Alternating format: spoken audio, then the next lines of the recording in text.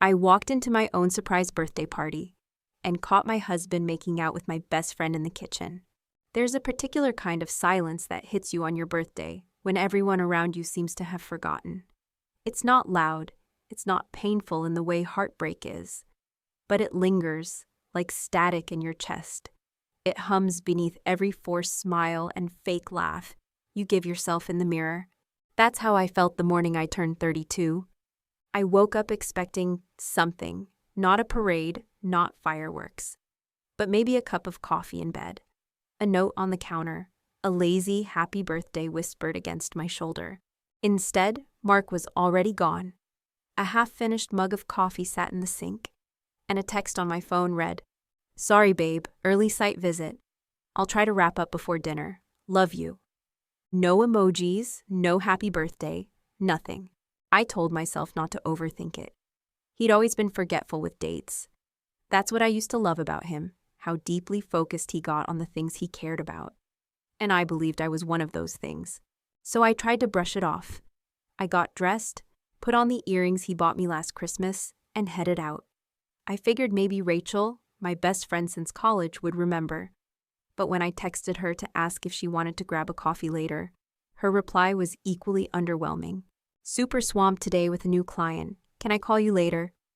At that point, I did what any reasonable adult with low expectations and slightly bruised feelings would do. I took myself out. I got a fancy latte, wandered through the farmer's market, browsed a thrift bookstore, and tried not to let the tightness in my chest ruin everything. I kept telling myself, they're just busy. It's not a big deal. You're not a kid anymore. People don't always make a fuss over birthdays. But deep down, I felt small, forgotten, unseen. That feeling stuck with me the entire afternoon. Until around 6:45 p.m., Mark texted again. "Meet me at La Mer? I feel bad I've been MIA. Let me make it up to you. Yer muppade?" La Mer was the bistro we went to on our first anniversary. Low lighting, rich food, linen napkins folded like origami. It was intimate, romantic, special. And suddenly, something flickered inside me. Maybe I was wrong. Maybe this was his way of surprising me. I got home, changed into a navy blue dress that hugged my waist just right, touched up my makeup, and headed out with the tiniest flame of hope still burning in my chest. When I walked in, the hostess smiled too wide. "Right this way," she said, and led me toward the back room.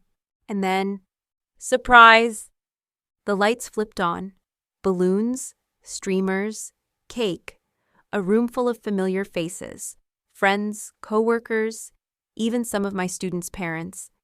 And in the middle, holding a glass of champagne, was Rachel, laughing, beaming. Next to her, of course, stood Mark. I covered my mouth in shock, laughed a little. I almost cried, not because it was grand or over the top, but because I had been so certain I didn't matter. And here they were, proving me wrong. Mark walked over and kissed my cheek. "Happy birthday, babe. You really had no idea?" I shook my head. Not a clue. Rachel grabbed my hand. "You looked so sad this morning when I texted. I felt awful lying." I wanted to hug her. I wanted to thank her. I felt stupid for ever doubting them. The next hour was a blur of hugs, photos, inside jokes, and wine.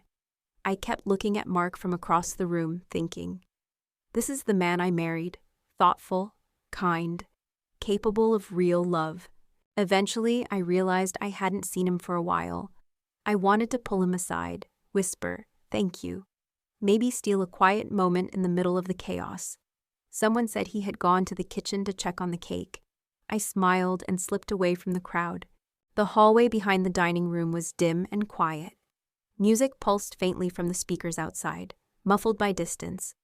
And then I heard it, a soft laugh. Rachel's laugh. I turned the corner and stopped dead in my tracks. There they were, Mark, Rachel, kissing. It wasn't a drunk peck. It wasn't an "oops, we're too close" kind of kiss. It was slow, familiar, like something they'd done 100 times before. Her hands were in his hair. His fingers curved gently around her waist. I didn't move. I didn't make a sound.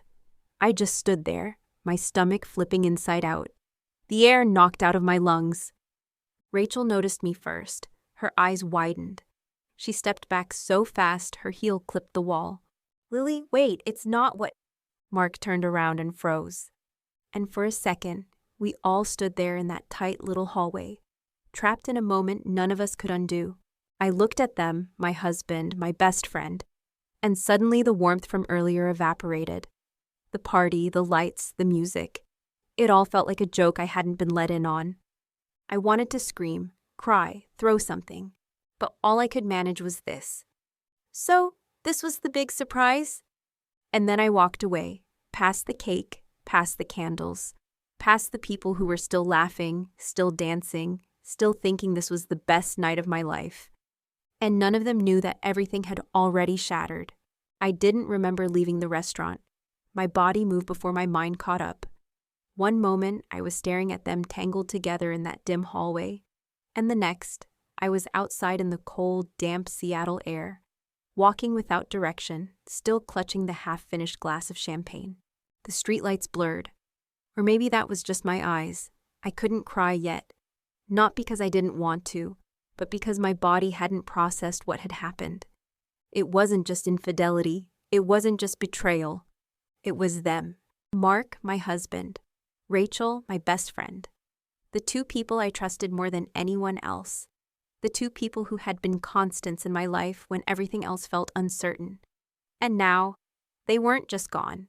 They had chosen each other. I wandered for blocks, phone buzzing endlessly in my pocket.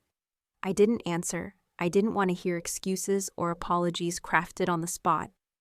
I didn't want to hear Rachel say, "It's complicated." I didn't want to hear Mark whisper, "I didn't mean for it to happen." They meant it. People don't kiss like that by accident. Eventually, I ended up at my sister's apartment. She opened the door, took one look at me, and pulled me into a hug without asking a single question. I crumbled in her arms. The shock cracked wide open, and everything I had been holding in poured out. Ugly sobs, broken sentences, gasping breaths between words like party and kitchen and Rachel. She sat with me on the floor for over an hour. No advice, no judgment, just presence. The kind of presence you forget is possible when your whole world has been built on people who lie. That night, I barely slept. I kept replaying it, frame by frame, her hand in his hair, his hand on her waist. How natural it all looked, how rehearsed. And then the question started. How long had this been going on? Was the party a cover-up, a distraction? Did everyone know but me? The next morning, I got my first message from Rachel. "Lily, please, can we talk? I didn't want you to find out like that. I swear, I never meant to hurt you." I didn't reply. 5 minutes later, another text. "I still love you. You're my best friend." This wasn't supposed to happen. The irony of that line nearly made me laugh. This wasn't supposed to happen. What? The kiss? Or me walking in on it? Then came the message from Mark. "Lily, I'm so sorry. There's no excuse. I panicked. I hate myself for it. Please, just let me explain." "Explain what exactly? How you kissed her with the same mouth you used to say vows to me. How you planned my birthday party with the same person you were sneaking around with. They both wanted a chance to talk, to clear the air. But I needed the air to stay foggy a little longer, because clarity would mean accepting what they'd done. And I wasn't ready, but curiosity is cruel." A week later, I agreed to meet Rachel. We sat in a corner booth at the same cafe where we used to spend hours gossiping over lattes, where she once helped me choose flowers for my wedding bouquet. She looked awful, pale, eyes swollen from crying, hands shaking. "I'm not going to pretend I didn't screw up," she said right away. "I did. I betrayed you. I know that." I didn't say anything. It started maybe 6 months ago. He was helping me with some renovation stuff in my apartment. It was innocent at first, but then we had a few drinks one night and she trailed off. I stared at her, stone-faced. And it happened. Just once. I swear, Lily, we swore it wouldn't happen again. I clenched my jaw. "It did, though." She nodded. "Yeah, it did. A few times." I thought it was just physical at first, but then, I don't know, it got confusing. Confusing. She said it like she had tripped into love by accident. Like the two of them had been swept away by some magical force neither of them could resist. But this wasn't a rom-com. This was my life, my marriage, and she had inserted herself into it with the ease of someone who had been waiting for a crack to slip through. "You were in my wedding," I said quietly. "You helped me write my vows." Her face crumpled. "I know." I stared at her for a long moment. "Do you love him?" I asked. Rachel hesitated. That pause told me everything I needed to know. "I don't know," she whispered. I stood up. "Then what the hell did you ruin my life for?" She cried as I walked away. I didn't look back. Later that night, Mark showed up at my sister's place. He didn't yell, he didn't beg. He just stood at the door and looked small, like a child caught in a lie too big to fix. "I don't know what to say," he said. "Then don't say anything," I told him. But he didn't leave. "I didn't plan it," he said. "I swear to you, Lily, I didn't fall in love with her. I just felt seen. You've been so focused on everything, your job, the house, the future. I started feeling like I was just background noise." I blinked. "So you decided to find someone who made you feel like the main character." He didn't reply. And that's when it hit me. This wasn't about love. It was about ego, about weakness, about two people so desperate to feel important that they were willing to destroy someone else's world just to feel desired. I closed the door in his face, and I didn't regret it for a second. They say hindsight is 20/20, but no one tells you how brutal that clarity can be, how it punches you in the stomach when the puzzle pieces of your past start snapping into place, and the full picture turns out to be a portrait of betrayal you never saw coming. After I closed the door on Mark that night, I didn't sleep. I just laid there in my sister's guest room, staring at the ceiling, letting every memory rewind itself in my mind. Except this time, I wasn't looking at it through the lens of a wife in love. I was looking through the eyes of a woman who had been lied to. And suddenly, nothing felt innocent anymore. The way Rachel always insisted on helping Mark with house projects while I was busy, the long hugs they exchanged, how she always seemed to know what mood he was in, even when we hadn't spoken in days. There was the night I got food poisoning and had to cancel our double date with her and her then-boyfriend, and she still came over to drop off soup. She stayed for 3 hours. I was upstairs, barely able to stand. Mark was downstairs with her, alone. Back then, I thought nothing of it. I trusted both of them blindly, stupidly. The realization made me sick. That week, I moved back into my apartment temporarily. Mark had gone to stay with his brother. Walking through the front door alone was surreal. The walls still held echoes of our laughter, our Sunday morning routines, our Christmas movie marathons. But now, every picture frame felt like a prop in a fake life. That's when I opened the drawer of our old side table and found Rachel's necklace. It was simple, just a small silver bar pendant. I'd seen her wear it a dozen times. I used to tease her that it was her version of a security blanket. And now it was sitting in a drawer in my home. Our home. That's when the switch flipped. I stopped waiting for confessions and started looking for the truth. First, I opened our shared photo drive, something we rarely used except to store big albums. Tucked away in an untagged folder was a batch of photos from a work retreat Mark said he attended last spring. Only Rachel was in 3 of them, not in the background, not blurry. In one, she was smiling at the camera, wine glass in hand, standing next to Mark with his arm around her waist. The file date? 2 weeks before our anniversary. The same weekend he said he was off the grid. I felt like I couldn't breathe. I moved to his old laptop. He rarely cleared anything.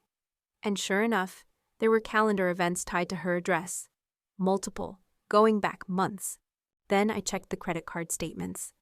I'd never looked at them too closely before. Mark handled most of the bills.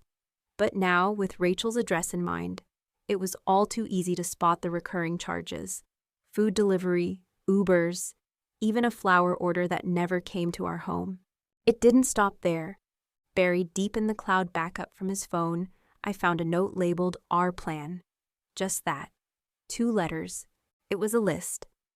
Weekend getaway, March. Cancel Seattle trip Lily. Airbnb near Whidbey. Surprise her. Ask her what she wants long term. It was dated 2 months before my birthday.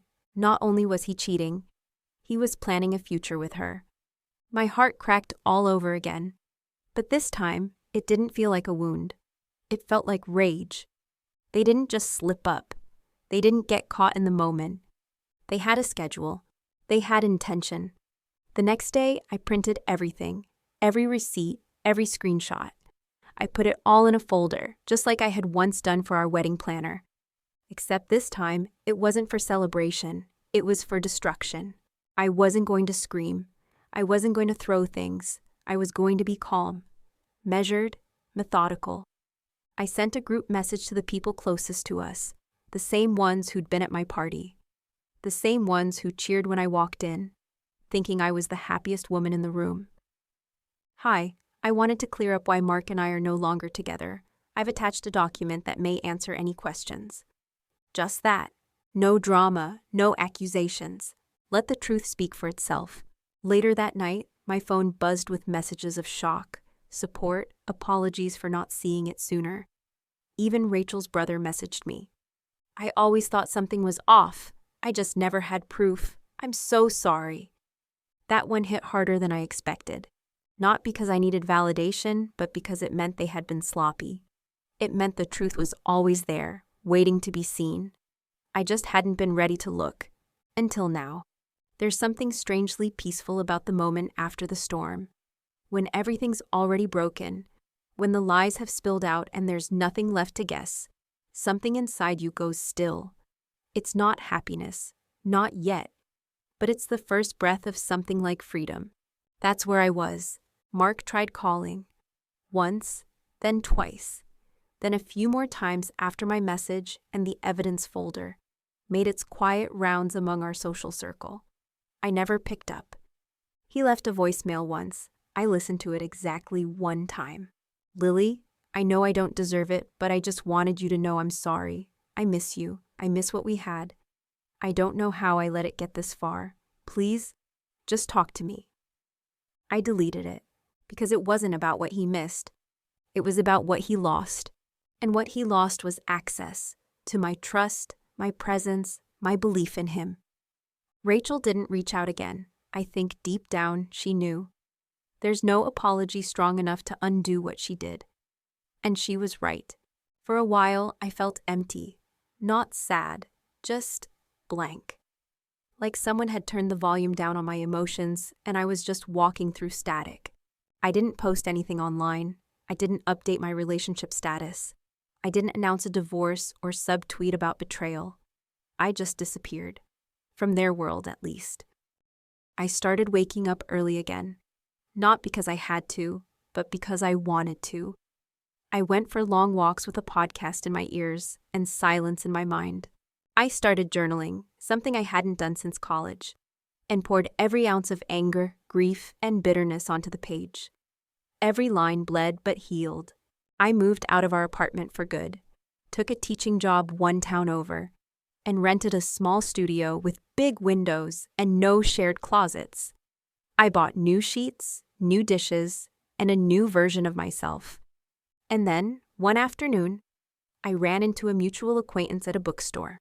"Hey," she said, eyes wide. "You look great. Are you okay?" I nodded.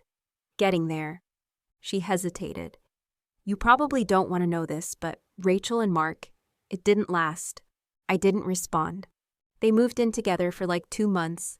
Then she caught him messaging someone else. Apparently, he told her he felt trapped. Trapped. That word sat with me for a while. He said something similar to me too once, that he felt invisible, like background noise in a life that was too structured. He wasn't looking for love. He was looking for escape. And the moment Rachel became too real, too stable, he ran again. They say karma takes time, but sometimes it works faster than expected. I didn't feel joy hearing it, no sense of victory, just confirmation that letting go had been the right choice all along. One night, as I sat alone in my new place, watching the rain tap gently against the glass, I wrote this in my journal. I didn't lose a husband. I lost the fantasy I built around a man who never fully chose me. I lost the illusion that loyalty and proximity equal love. What I gained was myself.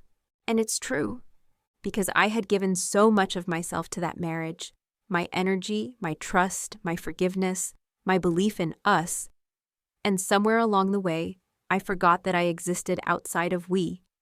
Now I do. And no, I'm not over it. Healing isn't a finish line. Some days I still flinch when I hear a certain song or smell a certain cologne. Some days I still wonder what parts of our life were real and which ones were staged. But most days, I'm okay, and that's enough. So to anyone listening, anyone who's ever been blindsided, betrayed, or broken by the people you trusted most, I want you to hear this. You didn't deserve it. You're not weak for not seeing it sooner, and you're not alone. Sometimes, the people you love the most will teach you the most painful lessons. But once the fog clears, you'll realize you didn't lose your person. You lost your prison.